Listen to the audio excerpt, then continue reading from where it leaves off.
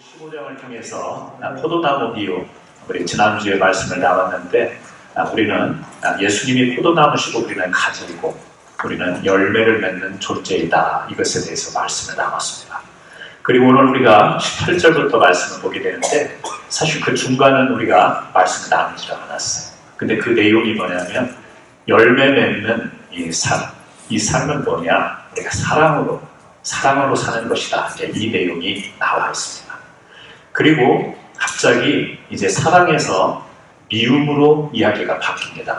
그래서 18절, 19절 여러분들 읽었지만 이 미움이라고 하는 이야기가 등장을 해요. 바로 앞에서는요, 사랑이라는 단어가 9번 나옵니다. 그런데 18절 이후부터 보니까 미움이라는 단어가 6번인가요? 7번 그렇게 나옵니다. 사랑과 미움이라고 하는 것은 우리 사람들이 늘 안고 살아가는 주제이기도 합니다. 그래서 극단적으로 나눌 수는 없지만 우리가 사랑도 가지고 있고 미움도 가지고 있습니다. 죽도록 사랑하는가 하면 미워 죽기도 합니다. 그게 우리 사람들이 가진 감정입니다. 사랑이라고 하는 것은 우리 긍정적인 에너지를 유발하지만 미움이라고 하는 것은 굉장히 우리에게 부정적인 에너지를 유발하게 만들죠. 오늘 이 미움에 대해서 같이 생각해 보려고 하는데, 이 미움이라고 하는 것, 오늘 말씀의 내용은 그겁니다. 하나님의 사람들, 진리 안에 있는 사람들이 미움을 받을 때, 우리가 참 미움이라고 하는 것은 어려운 문제입니다. 미워해도 마음이 편치 않고 미움을 받아도 힘든 거예요. 그런데 오늘 말씀은 우리가 진리 안에 있을 때, 우리가 예수님을 믿을 때 우리가 미움을 받을 수 있다는 이야기예요. 하지만 그런 미움 가운데서도 우리는 시들지 않는 열매 맺는 삶, 이것이 우리에게 중요하다. 이것을 강조하는 내용이 오늘 말씀입니다. 제가 한국에서 이렇게 한국에 방문해서 이제 지하철을 탈 일이 많지 않습니까? 한국의 일정이 짧기 때문에 바쁘게 돌아다닙니다. 서울에서는 지하철이 너무 잘 돼 있기 때문에 지하철을 많이 이용하는 편이에요. 근데 이제 거리가 짧지 않은 거리를 이렇게 가게 될 때는 지하철을 타면 얼른 자리부터 이미 앉아서 가기를 간절히 바라는 거죠. 왜냐하면 지하철이 편하긴 한데 그 계단을 오르락내리락 하는 것이 이제 미국에 살다 보니까 굉장히 좀 불편해요. 올라갔다 내려갔다 또 갈아타갔다 이런 것이 굉장히 좀 피곤한 일입니다. 한 번은 지하철을 탔는데 이렇게 꽉 많은 사람들이 이렇게 타는 건 아니에요. 근데 자리는 없어요. 그래서 이제 딱 봤더니 어떤 좀 젊은 여자분이 이렇게 핸드폰을 이렇게 계속, 한국에 보면 지하철 타보면 거의 다 핸드폰을 들고 그거 이렇게 보고 있더라고요. 핸드폰을 보고 있다가 핸드폰을 끄고 핸드백에다가 전화기를 넣는 거예요. 이제 곧 내린다 판단에 얼른 그 앞쪽으로 가서 서 있었습니다. 그런데 기대하고는 다르게 이제 딱 정차를 했는데 안 내리는 거예요. 그럼 왜 안 내리지? 그런데 분명히 보던 핸드폰을 가방에다 넣고 또 몸도 이렇게 한번 축이더라고요. 이렇게 분명히 내릴 폼이었는데 안 내려. 그래서 아마 다음 역에서 내리겠다 싶어서 계속 그 자리에 서 있었습니다. 왜냐면 그런 때 또 옮기면 또 자리를 잘 못 잡잖아요. 있는데 그 다음 역에서도 안 내려요. 그래서 그래도 다음 역에서 내리겠지 했는데 이분이 갑자기 가방에서 다시 핸드폰을 꺼내더니 다시 그리고 뒤를 봤더니 이미 저하고 함께 서 있던 사람들은 다 자리를 잡았어요. 이 앞에 앉은 젊은 여자분이 저에게 제 마음속에 미울까요? 안 미울까요? 그분이 미운 짓을 했어요? 안 했어요? 미운 짓은 안 했죠. 자기는 그냥 핸드폰 꺼내서 보다가 잠시 쉬고 싶었는지 넣었다가 다시 또 볼 일이 있어서 꺼내서 봤을 뿐이에요. 근데 나는 너무너무 미운 거야. 얄미운 거야. 약도 오르고. 왜? 아니 내릴 것 같았는데 안 내렸으니까. 뭐죠? 제가 돌아다니면서 피곤하니까 제 안에는 이렇게 좀 편히 앉아서 가고 싶다는 욕구가 있었던 거예요. 그 욕구가 곧 자리를 비켜갈 그 여자분을 향해서 제가 이 자리를 떠나면 앉겠다 이런 욕구가 있었는데 그게 안 됐을 때 나도 모르게 미움이 일어나는 것을 경험을 했습니다. 제가 또 인터넷에 보면 브런치라고 하는 이런 사이트가 있는데요. 그 사이트에 많은 글들이 올라와요. 어느 부인이 그런 넋두리를 이렇게 써놓은 짧은 글을 제가 봤습니다. 봤더니 뭐냐면 자기 남편이 미운 행동을 너무 많이 해서 괴롭다라는 글이에요. 짧은 글인데 남편이 너무 미웠대요. 왜 미우냐? 맛있는 음식을 해서 이렇게 같이 식구들과 먹을 때 자기가 조리를 했지만 자기도 먹고 싶다라는 거예요. 근데 모처럼 아들이 왔길래 좀 맛있는 음식이 남아서 저 남아있는 음식을 아들이 먹었으면 이랬는데 얼른 남편이 싹 가르쳐서 먹어버려요. 사실 자기도 원하는 것이 있고 자기도 먹고 싶은 것이 있고 자기가 바라는 것이 있는데 늘 가족들을 배려하고 생각했는데 남편은 가족들에 대한 배려가 없고 너무 자기 중심적이라고 하는 데서 막 미움이 생겼다라고 하는 거예요. 자기는 늘 양보하고 희생하고 포기하고 살았는데 남편은 할 것 다 하고 사는 것이 그렇게 미웠다라고 하는 거예요. 여기도 아마 공감 가는 분들 계실 겁니다. 여러분, 이 부인이 괴로워하는 것은 남편이 미워하는 행동, 나도 하고 싶은데, 나도 하고 싶은 것인데 나는 하지 못하는 행동. 자기처럼 해주기를 저 사람에게도 바라는데 그렇게 하지 않을 때 오게 되는 어떤 실망 내지는 미움, 이런 것이 있다라고 하는 거죠. 그래서 우리 미움이라고 하는 그 뿌리로 우리가 내려가 보면 사람이 미움이 생기잖아요.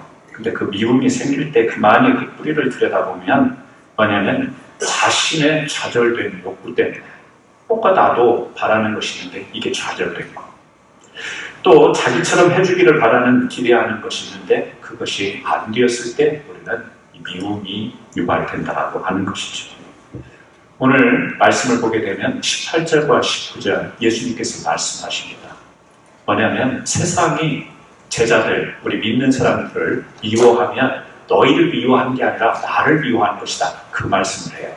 그러니까 세상이 주님을 미워한다. 그 이야기를 하고 19절에는 무슨 이야기를 하냐면 너희가 세상에 속하여 있지 않고 나에게 속하여 있기 때문에 그렇기 때문에 미움을 받는다. 이 두 가지 이야기를 합니다. 여러분, 왜 유대인들과 그리고 세상 사람들이 예수님을 미워했는가? 여러분 잘 알지 않습니까? 유대인에게만 국한해서 우리가 생각해 보더라도 유대인들은 자기네들이 원하는 욕구가 있었어요. 정치적으로, 경제적으로 이 삶에 있어서 자기네들이 원하는 삶을 이렇게 펼치지를 못합니다. 그런데 다 잘 살고 싶잖아요. 편하게 살고 싶잖아요. 뭔가 자기는 힘이 없지만 힘에 의해서 좀 잘 사는 세상을 살고 싶은데 그 욕구가 이루어지잖아요. 더군다나 주님은 이 땅에 메시아라고 오셨는데 자기네들이 선생님이라 부르며 따랐는데 그 기대를 충족시키지 못합니다. 서서히 미움이 시작이 됩니다. 여러분, 욕심이라고 하는 것, 욕구라고 하는 것이 사실은 예수님께서 자신이 미움을 받는 것은 성경에, 구약 성경에도 그렇게 예언이 되어 있고 신약에도 그렇게 예언이 됐는데 내가 미움을 받는 것, 까닭 없는 미움을 받는다라는 말씀을 하세요. 예수님의 입장에서는 미움 받을 일이 없어요. 그런데 미워하는 자의 입장에서 보면 내가 기대하는 것이 있는데 그 욕구라는 것이 있는데 그 대상이 주님이 할 때 충족이 되지 않으니까 미워지는 것이죠. 여러분 잘 아시는 바리새인과 대제사장과 서기관들, 이 사람들은 유대교의 지도자들이었습니다. 그런데 자신들의 그 소망이 있었죠. 근데 이 소망에 방해되는 자가 누구냐? 예수님이었습니다. 왜냐하면 그들은 이미 기득권을 가지고 있습니다. 이미 그들은 그 가지고 있는 지위를 통해서 떵떵거리면서 살 수 있는 그런 위치에 있어요. 조금 더 그냥 표현을 적나라하게 표현하자면 자기 밥그릇에 방해되는 자가 예수였던 것이죠.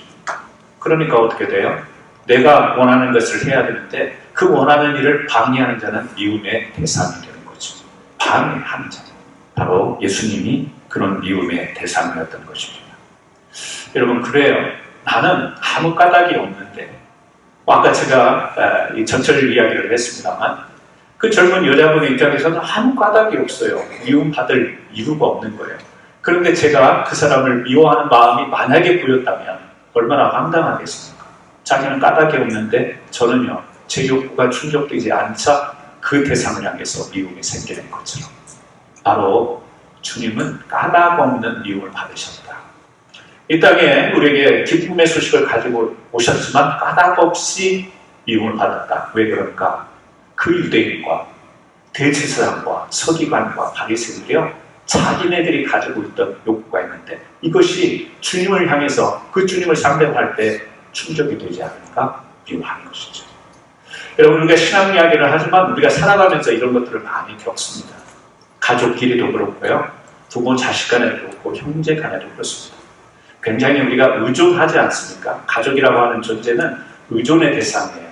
내가 의지했고 내가 기댔는데 기대한 대로, 기댄 만큼, 의존한 만큼 뭔가가 내 생각대로 되지 않을 때 가족도 미울 거예요.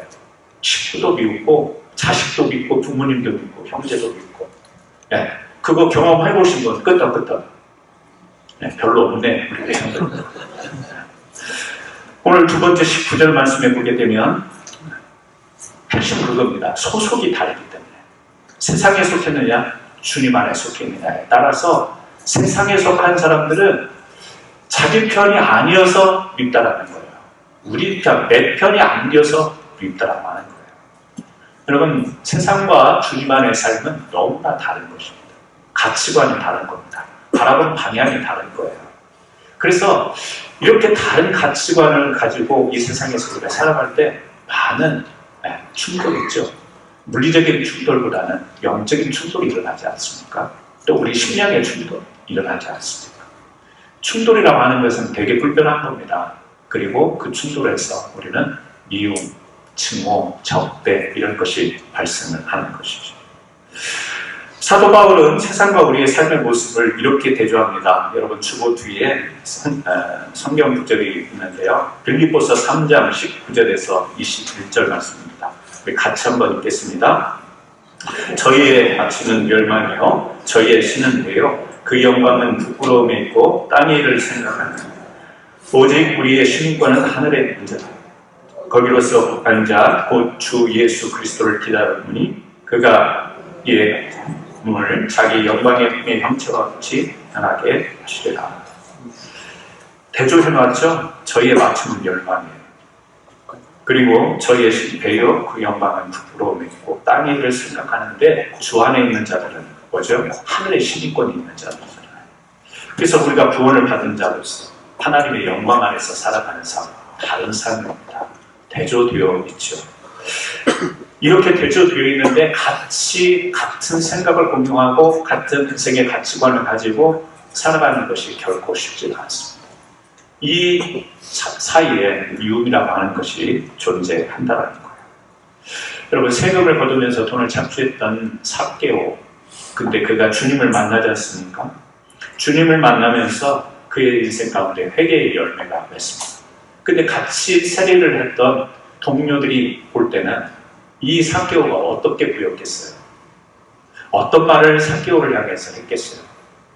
그냥 옛날처럼 살던 대로 살아. 뭐죠?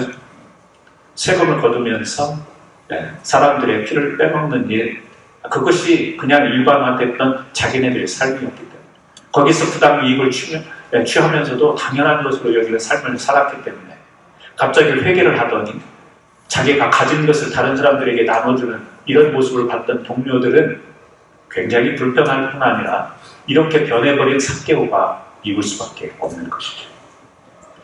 여러분, 그렇습니다. 우리가 이 미움을 받는다라고 하는 것 가운데는 제대로 사는 것, 올바르게 사는 것, 정직하게 사는 것, 신실하게 사는데 미움을 받을 수 있다는 거예요. 왜 그렇죠? 세상과 그리고 주 안에서의 삶이 다르기 때문에 그렇습니다. 물론 우리가 그런 경우가 있습니다. 주 안에서 살지만 주 안에서 사는 삼답지 않게 살아갈 때 우리는 욕을 먹죠. 미움을 받는 것, 그건 당연합니다. 미움을 받으면서 우리가 정신 차려야 되죠. 돌이켜야 돼요. 그런데 우리가 신실하게 살려고 노력하는 가운데서도 이렇게 주 안에 속해 있다는 이유로 인해서 진실, 자기가 착하면 얼마나 착하다, 자기가 정직하면 얼마나 정직하다고 저러고 사는가. 다들 그렇게 눈 감고 사는데 자기만 뭐 잘났다고 그렇게 사는가? 여러분, 그런 미움의 소리를 우리가 믿음을 가지고 살아가면서 들을 수 있습니다. 결코 이게 우리는 쉬운 이야기는 아닌 것 같아요. 주 안에서 산다라고 하는 삶은 하나님의 그 구원의 은혜가 있기는 하지만 우리가 책임 있는 삶을 살아야 되기 때문에 그 주님이 말씀하신 대로 윤리, 도덕, 그리고 영적인 부분에 있어서 주님의 모습을 닮아가는 삶을 살아야 되기 때문에 이것이 얼마나 쉽지 않은가. 또 그것이 우리 삶의 모든 면에서 드러나는 부분이기 때문에 많은 사람들의 눈에 노출되어 있기 때문에 결코 쉬운 일은 아니라는 거예요. 그래서 우리는 미움을 받는 경우가 많이 있습니다. 여러분, 미움 받을 때 그 마음이 어떻던가요?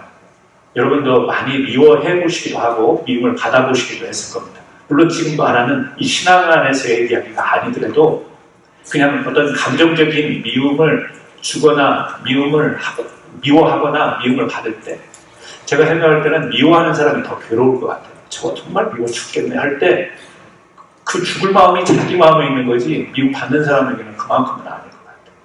그러니까 미워하는 그 자체가 여러분 정말 해로운 거예요. 그러니까 차라리 미움을 받는 게 낫지 미워하면 자기만 괴롭잖아요. 미워서 얼마나 미우면 미워 죽겠냐라는 말이 미워 죽겠네. 여러분, 우리가 이 미움이라고 하는 것이 결코 이렇게 쉬운 일은 아닙니다. 예수님께서 말씀하시는데 이렇게 미움을 받는 주님 안에 있기 때문에 신앙을 가지고 미움을 받을 수 있는데 그 미움을 받는 그 길이 뭐냐면 좁은 길이다. 좁은 길이다. 그렇게 말씀을 하신 거죠. 그런데 사람들은 우리가 그렇게 좁은 길을 걷다 보면 어리석다고 이야기를 합니다. 진리의 길을 따르면 세상 사람들은 우리를 미워한다라고 하는 거예요. 여러분, 이렇게 우리는 살아가면서 물론 내가 잘못해서 미움을 받는 일, 저는 그것을 오늘 이야기하려고 하는 게 아닙니다. 믿음 안에서 살아갈 때 받는 그 억울한, 부당한 이런 것이 있는데 이때 어떻게 해야 될까? 왜요? 세상은 다 자기네들이 원하는 자기 중심의 욕구를 충족시켜주면 좋다고 하고 그렇지 않으면 미워하게 되어 있기 때문에 그렇습니다. 뭔가 나에 대해서 기대하고 의존하는 것이 있는데 그것이 안 되면 우리를 미움의 대상으로 보기 때문에 그렇습니다. 그래서 우리가 이런 미움이라고 하는 사실을 앞에 두고 그러면 어떻게 우리가 미움 받을 때는 어떻게 우리는 극복을 해야 되는가? 여러분, 성경 구절을 읽으면서 이 말씀이 여러분에게 직접적으로 와 닿지 않을 거라는 것을 제가 짐작을 합니다. 그럼에도 오늘 말씀을 이 세 성경 구절을 읽고 갇혔으면 하는데요. 베드로전서 2장 19절에서 21절이에요. 자, 베드로전서 2장 19절에서 21절 같이 한번 읽겠습니다. 부당하게 고난을 받아도 하나님을 생각함으로 슬픔을 참으면 이는 아름다우나 죄가 있어 매를 맞고 참으면 무슨 칭찬이 있으리요. 그러나 선을 행함으로 고난을 받고 참으면 이는 하나님 앞에 아름다웁니다. 이를 위하여 너희가 부르심을 받았으니 그리스도 너희를 위하여 고난을 받으사 너희에게 본을 끼쳐 그 잡취를 따라오게 하여 하셨느니라. 예수님이 우리에게 본을 보이시려고 먼저 그런 미움을 받고 고난을 받으셨다고 이야기를 해요. 그런데 부당하게 미움을 받거나 고난을 받아도 하나님을 생각해서 참으라 이야기해요. 참고 견디라 그 말입니다. 여러분, 미움을 받을 때 누군가 여러분을 지독히도 미워할 때 참고 견디래요. 그래서 가끔 우리 성도님들 보면 참는 분들을 봐요. 내가 옛날에 예수 안 믿을 때 같으면 또 반절 죽여놨을 텐데 막 이러면서요, 막 이를 악물면서 견디고 참는 모습을 봤어요. 네. 근데 그게 하나님을 생각해서 참는 것 같이 않아 보여요. 왜냐하면 그 표정과 그 무서운 그 모습을 보면 살기 등등한데 참아. 근데 여러분, 그래야 되는 거예요. 여러분이 고상하게 주의 말씀이 생각난다. 베드로전서의 말씀이 성령을 통하여 내 마음을 눌러주시니 옛날 같으면 내가 못 견디지만 내가 사랑하는 이게 되냐고요. 그거는 제가 볼 때 인간이 아니야. 그건 인간이 아니야. 우리 사람은요, 이를 악물면서 참아요. 그리고 막 열받고 얼굴이 파란해지면서 참습니다. 그런데 그렇게 참아야 되는 거예요. 그런데 그러면서도 울그락불그락 하면서도 여러분 안에 있는 건 뭐예요?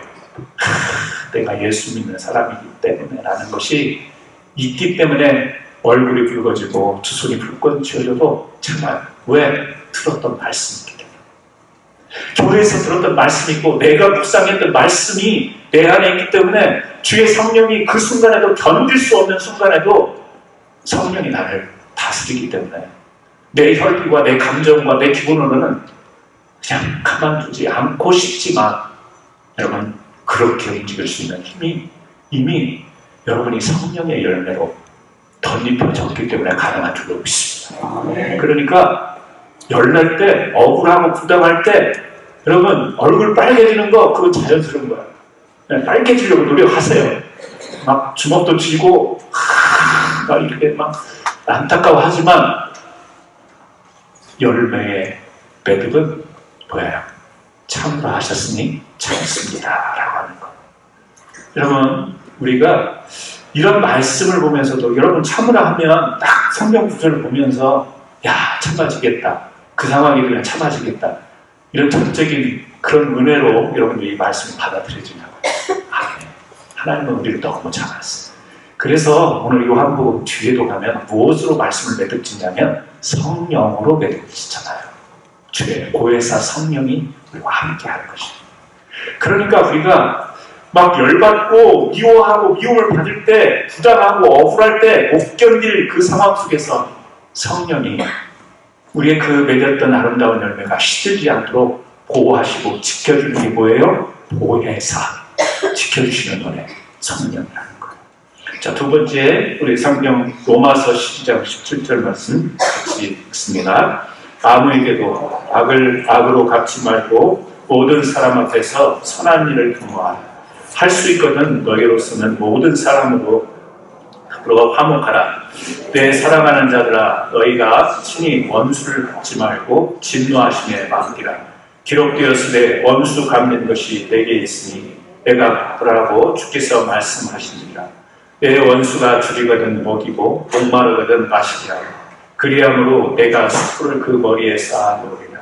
악에게 지지 말고 선으로 악을 이기라. 아멘. 악으로 지지 말고 선으로 이기라고 말씀하십니다. 내용은 뭐냐면 우리가 세상과 사람들 앞에서 화목을 취하라는 이야기예요. 여기 보면 공감이 또 안 되는 말씀이 있죠. 원수가 줄이거든 먹이고 목마르게 하거든 마시게 하라. 네. 원수가 줄이거든 먹이는데 어떻게 먹이고 싶어요? 쳐 먹이고 싶지. 먹이고는 싶을 수 있는데 우리는 우리 감정에 실리면 쳐 먹이고 싶은 거야. 네. 여러분 안 그런 척 하지 마세요. 여러분 다 그런 감정이 있잖아. 네. 목마르거든 마시게 하라. 마시게 이렇게 공손하게 마시는 게 아니라 그냥 입에다 갖다 부어버렸으면 하는 그런 맛이요. 원수인데. 여러분 이렇게 우리는 주일마다 선한 말씀을 대하고 선하게 살 것을 하나님은 말씀하셔서 이 말씀 앞에 우리가 순종으로 나가야 되는데 이게 우리 싸움 아니에요? 이게 실제 우리 현장에서 일어날 때 이 말씀이 생각나며 이 말씀대로 겸손하게 공손하게 순종하는 삶을 살아야 되는데 이것이 우리 안에서 일어나는 스트러글 아니에요? 싸움 아니에요? 견디지 못하는 우리들의 싸움, 마음. 들은 말씀을 읽고 주님의 말씀은 생각나는데 어떻게 원수를 향해서 먹입니까? 마십니까? 안 되잖아요. 그런데 주님은 이렇게 하라고 말씀하시잖아요. 화목하라고 말씀하시는 거죠. 그냥 우리가 주일날 설교 나눌 때 말씀 나눌 때 참 좋은 말씀이야, 착한 말씀이야, 선한 말씀이야. 그렇게 살면 좋겠지. 그렇게 사는 것이 바람직한 거지. 이러려고 지금 우리가 말씀을 나누나요? 아니죠. 여러분 열매라고 그랬잖아요. 열매. 실제. 이렇게 딱 보면 열매. 이 말씀이 그냥 글자가 아닌 거예요. 여러분의 마음이고 여러분의 감정이고, 여러분의 기분이고, 여러분의 손이고, 여러분의 발이 이 말씀이 눌러붙입니다. 근데 안 되니까 뭐예요? 또 결론을 하면 성령님을 의지하는 거죠. 그래서 왜 우리가 그렇게 기도하자고 해요? 기도하는 거 어렵잖아요. 눈 감고 앉아서 그냥 1분 말하면 더 이상 기도할 말이 나오지 않고, 그런데 왜 우리가 그렇게 기도하고 기도의 몸을 갖고 기도하자고 하지?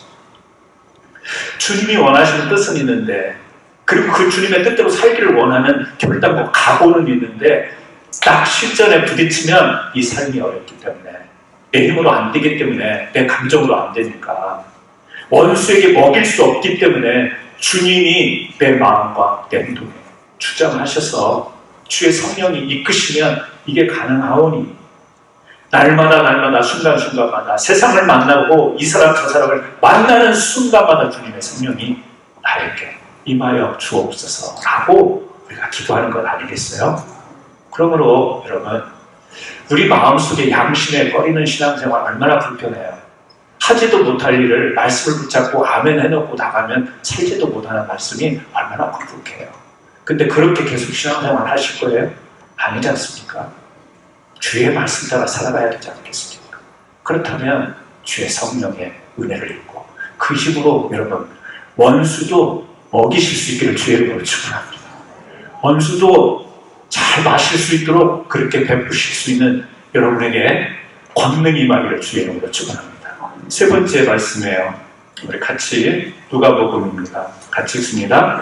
너희 원수를 사랑하며 너희를 미워하는 자를 선대하며 너희를 저주하는 자를 위하여 축복하며 너희를 모욕하는 자를 위하여 기도하라. 여러분, 원수를 보고 그 원수를 위해서 축복하고 기도해 보셨습니까? 해보셨어요? 자, 옆에 분 한번 보세요. 아니, 원수라는 이야기 아는데, 옆에 분들 보면 다 좋은 분들이니까 사랑합니다 인사 나눌 수 있고, 축복합니다 인사 나누고, 또 위에서 기도하자고 하면 손잡고 기도할 수 있습니다. 이 시간 여러분, 이제 조용히 눈을 한번 감아보세요.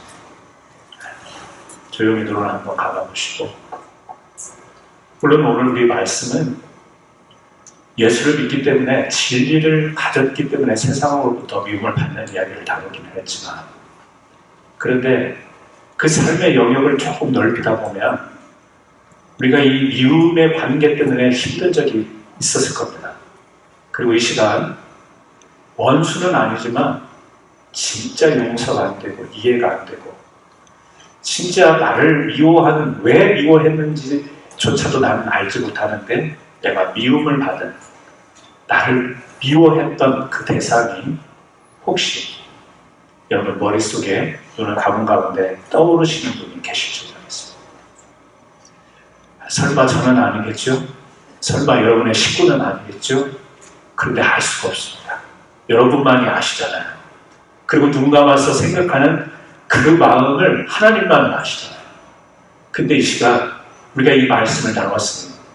내 입으로는, 내 감정으로는 안 되지만 오늘 우리가 말씀을 나눴으니까 이 시간 성령님을 부르시면서 성령님이 임하셔서 잠시 순간적이긴 하나, 하나님, 나를 그 미워해서 내 마음속에도 미움으로 꽂힌 누군가를 하나님, 내가 축복할 수 있는 내 입술을 열어주옵소서.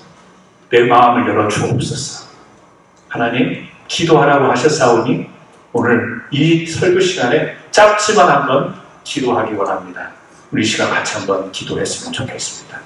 오늘 하나님께서 우리 마음속에 있는 그 불편함, 또 우리 마음속에 우리가 가지고 있는 미움, 또 우리가 누군가로부터 받는 이 미움이라고 하는 단어가 주의 성령에 의해서 완전히 사랑이라는 단어로 바뀌는 오늘 놀라운 은혜의 체험과 또 기적의 체험이 우리 기도하는 짧은 시간을 통하여서 이루어지기를 간절히 소원합니다. 우리 같이 한번 기도 드리시겠습니다. 기도합니다. 하나님 아버지, 감사합니다. 오늘 요한복음 15장의 말씀을 통하여서 하나님 미움의 주제를 가지고 우리가 말씀을 담았습니다. 주님은 까닭없이 유대인들로부터 또 대제사장과 서기관들과 바리새인들로부터 미움을 받았고 또 우리가 주 안에 있음으로 인하여서 세상이 교회를 미워하며 우리 믿는 자를 미워하는 세상 속에 살아가고 있습니다. 그런데 하나님, 우리가 미움을 받는 것뿐만 아니라 우리도 누군가를 미워하면서 사는 이 아버지 하나님 속에 살아가는데 혹시라도 하나님, 우리의 결단으로서 우리가 주님의 말씀을 따르는 것이 얼마나 쉽지 않은 현실인가를 잘 알고 있습니다. 주의 성령께서 우리의 마음을 주시고 주의 성령께서 우리에게 임재하여 주시옵소서.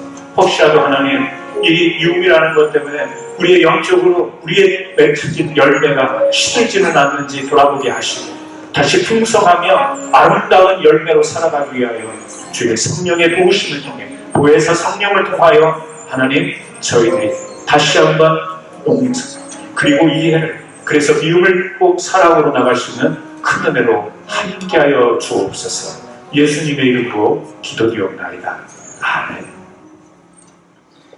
아멘.